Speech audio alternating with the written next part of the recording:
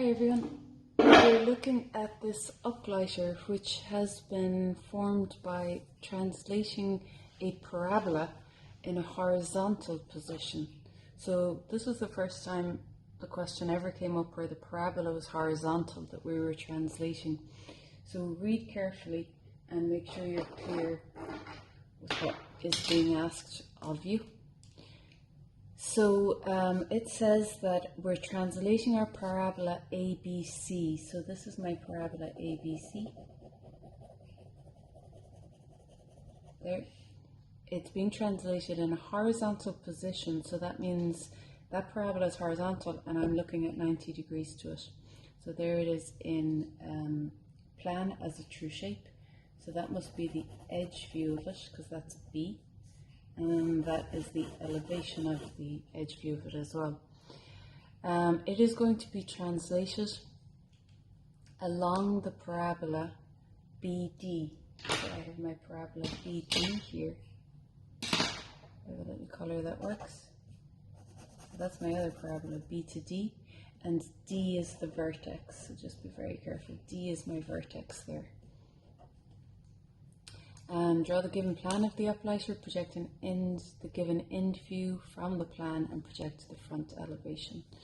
So we will start off by drawing the rectangle the parabola fits into in plan, and then we'll see where we're going from there. So here we have a model of the Uplighter, and we can see the horizontal parabola ABC. If I look down in plan, all I can draw and plan to start off is this parabola here, this yellow one that's on top. So that is A in plan, that's C in plan, and this is B. So I can draw that parabola. What I don't have is the vertex for the parabola that it gets translated along in my end elevation. So I haven't cut this yet, but we have our top parabola that's going to end up down here after it's translated along this parabola. So that's point D in your end elevation there.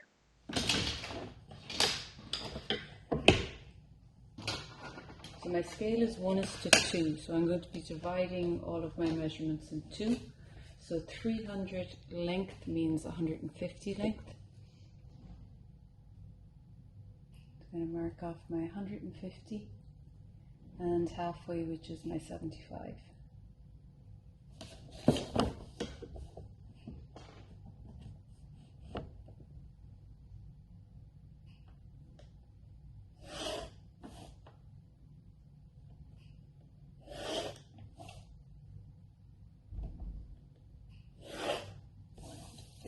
Not given any specific space to have between elevation and plan.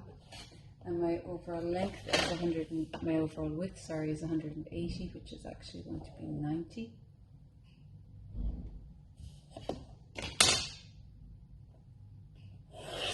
My vertex of this parabola is B.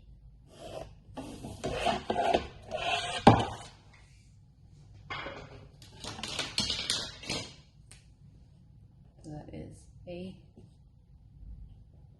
B, and C. In elevation, my height is 160 divided by 2 is 80.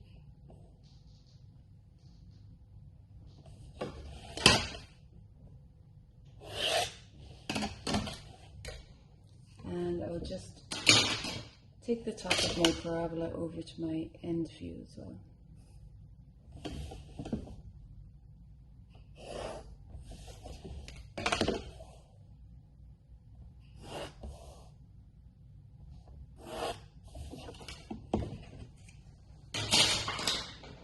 So that is where B is in my end view. Okay, 150 divided by, I think I'll just divide both of these into 5 equal parts.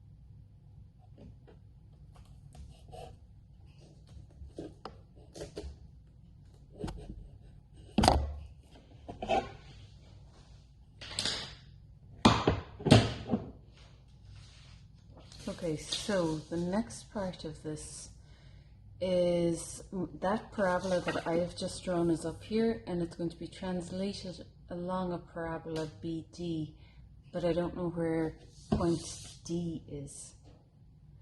I have to be given more information, so I'm just looking to see what I do have.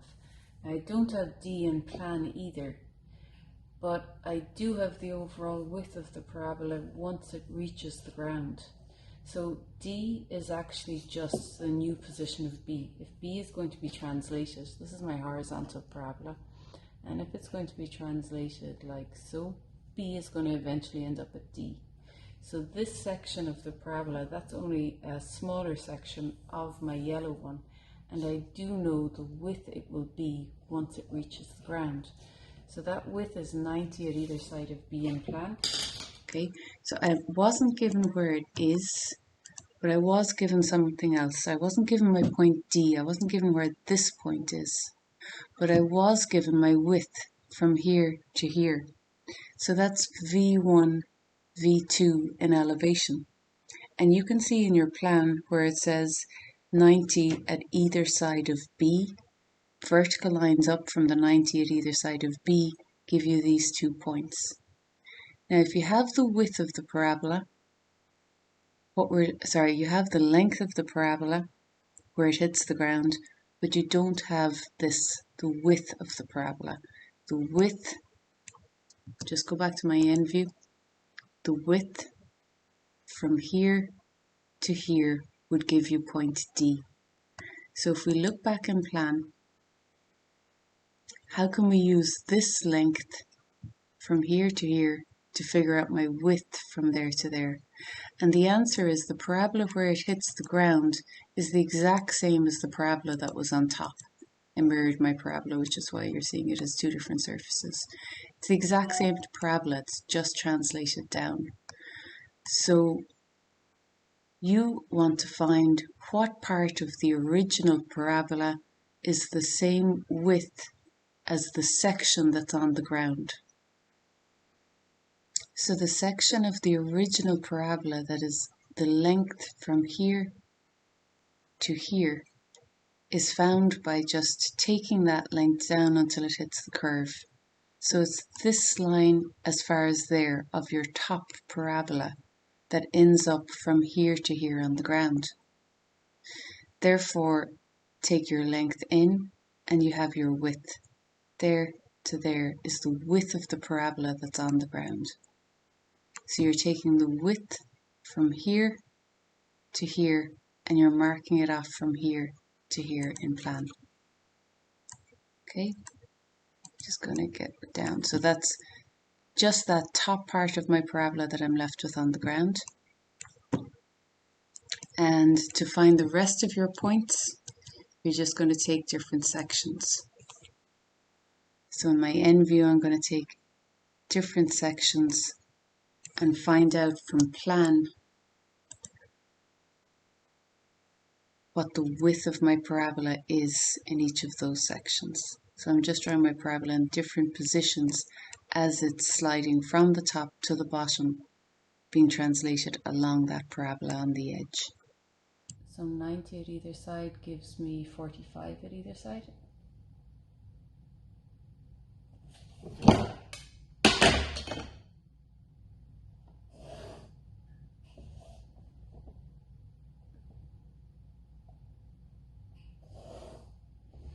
just going to put a tiny bit of colour there on those 2 points.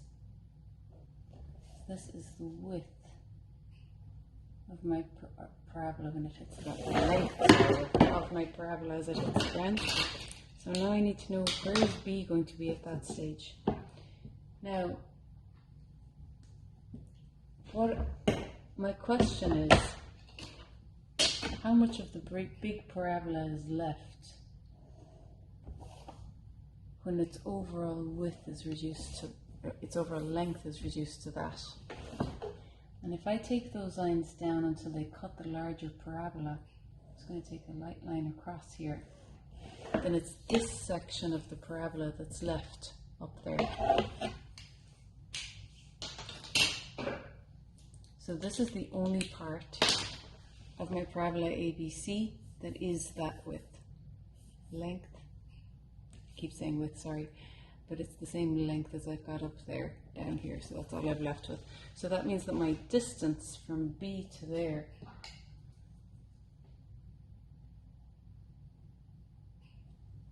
that's the width that's left at that point. So I can take that distance and mark it off here. So that distance to there, and that will give me where my point D is. So there's my width, and that's where I'm marking it off. And now I can set up my parabola BD.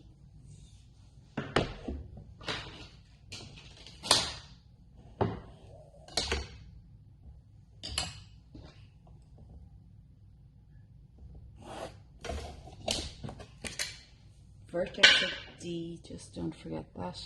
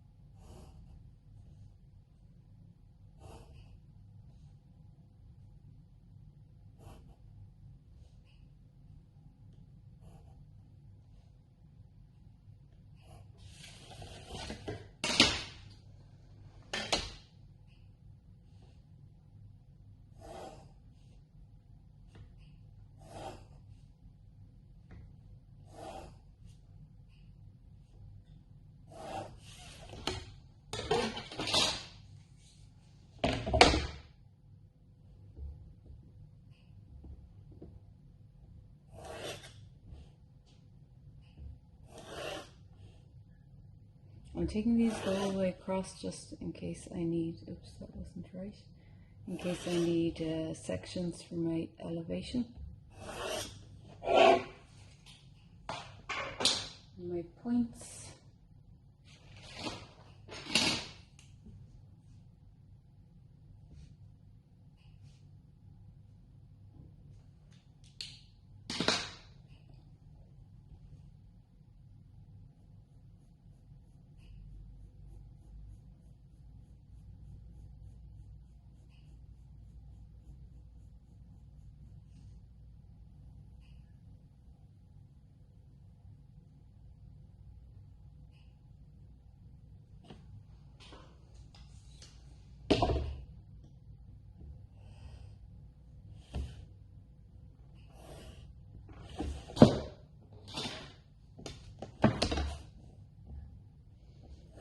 Is my end view sorted. So the section of the original parabola, that is the length from here to here, is found by just taking that length down until it hits the curve. So it's this line as far as there of your top parabola that ends up from here to here on the ground. Therefore, take your length in and you have your width. There to there is the width of the parabola that's on the ground. So you're taking the width from here to here and you're marking it off from here to here in plan. Okay, just going to get it down. So that's just that top part of my parabola that I'm left with on the ground. And to find the rest of your points, you're just going to take different sections. So in my end view, I'm going to take different sections and find out from plan what the width of my parabola is in each of those sections. So I'm just drawing my parabola in different positions as it's sliding from the top to the bottom, being translated along that parabola on the edge. My plan I could just use as a translation. And what I mean by that is I know my width for D. Obviously I could just take that 45 degrees and across, but I know my width is the same. That's the same width. So I'm just going to come down here, and that's where B is. And I'm going to just take those distances the same way I would have in the junior cert for a similar triangle. I don't have my lines on the other side, and they would help.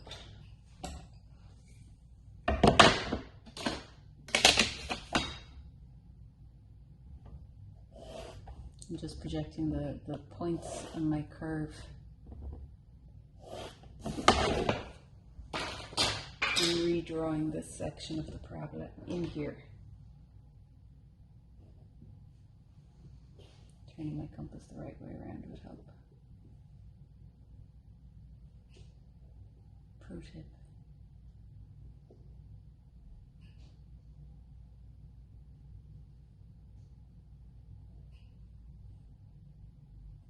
That's teeny tiny. I'm going to go from the opposite side for that guy.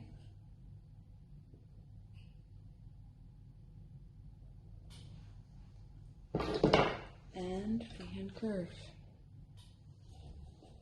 Let me flip this off again.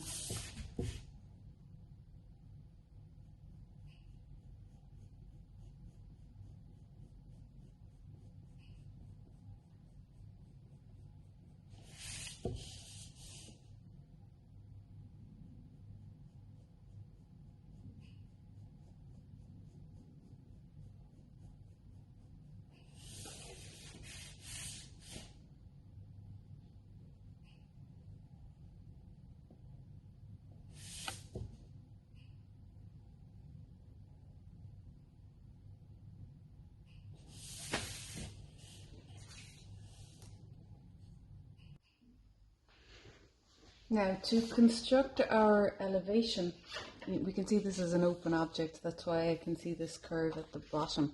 You can see in the 3D more clearly that it's open. So to draw our front elevation of the uplighter, we are just going to do what we did here backwards. We're going to find out our lengths of each of these sections. So what I already have is I have my base.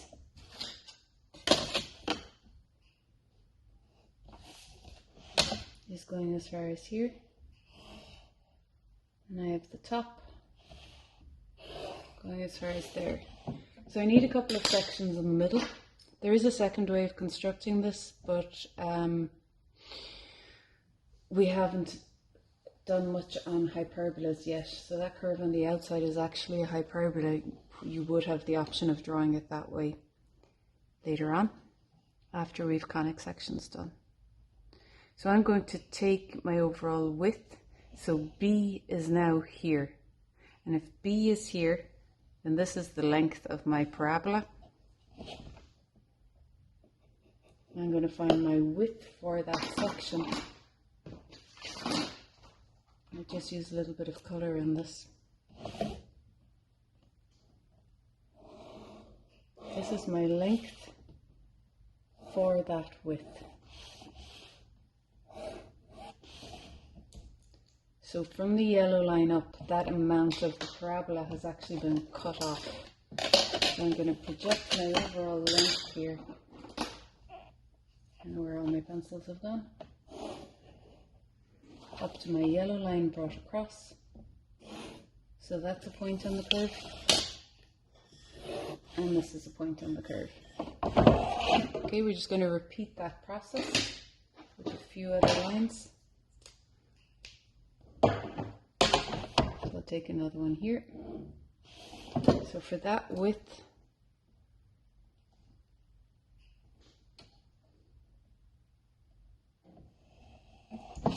just happens to go to here. This is my length for that width. I'll project that up.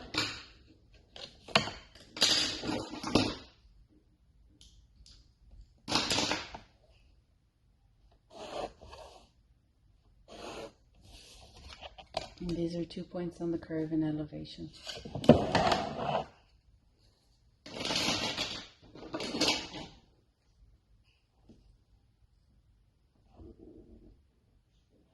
I'm going to take one more here.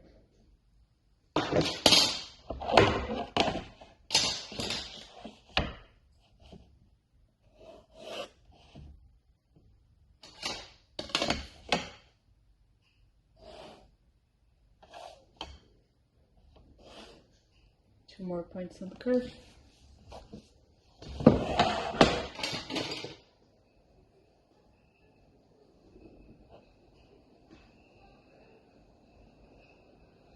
And lastly there, which is lining up with my orange one, almost. It's just slightly inside it, as it should be.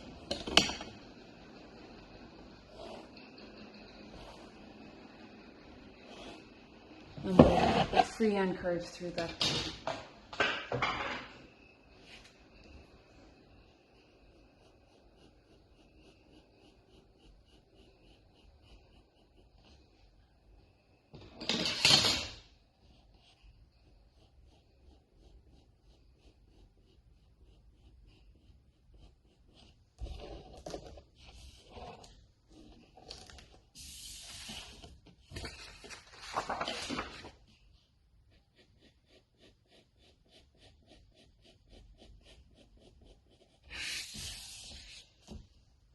Okay, so that is my elevation plan and end elevation done. I have one last part of the question. Now, the last part of the question has to do with conic sections. So even if we don't have conic sections done, we'll talk about it anyway. What I have here are my vertices, V1 and V2. Vertices are where a curve changes direction. I have a double hyperbola here. So I have two branches of a curve like the outside of a nuclear cooling tower. And both of those vertices have got a focal point each. So that's F2 and that's F1. Those are my focal points.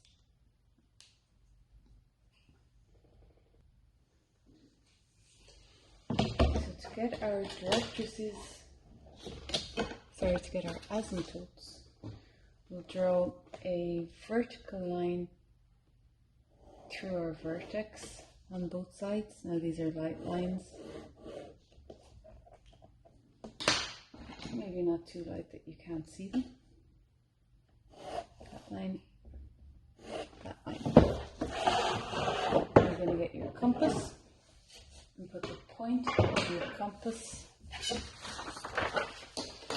in between your two vertices.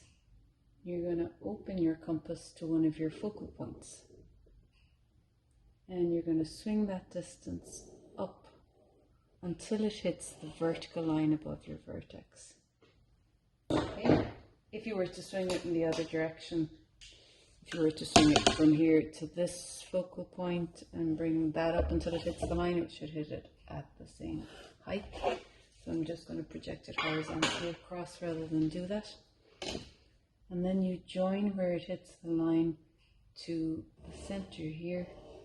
This is one asymptote and this is your other asymptote.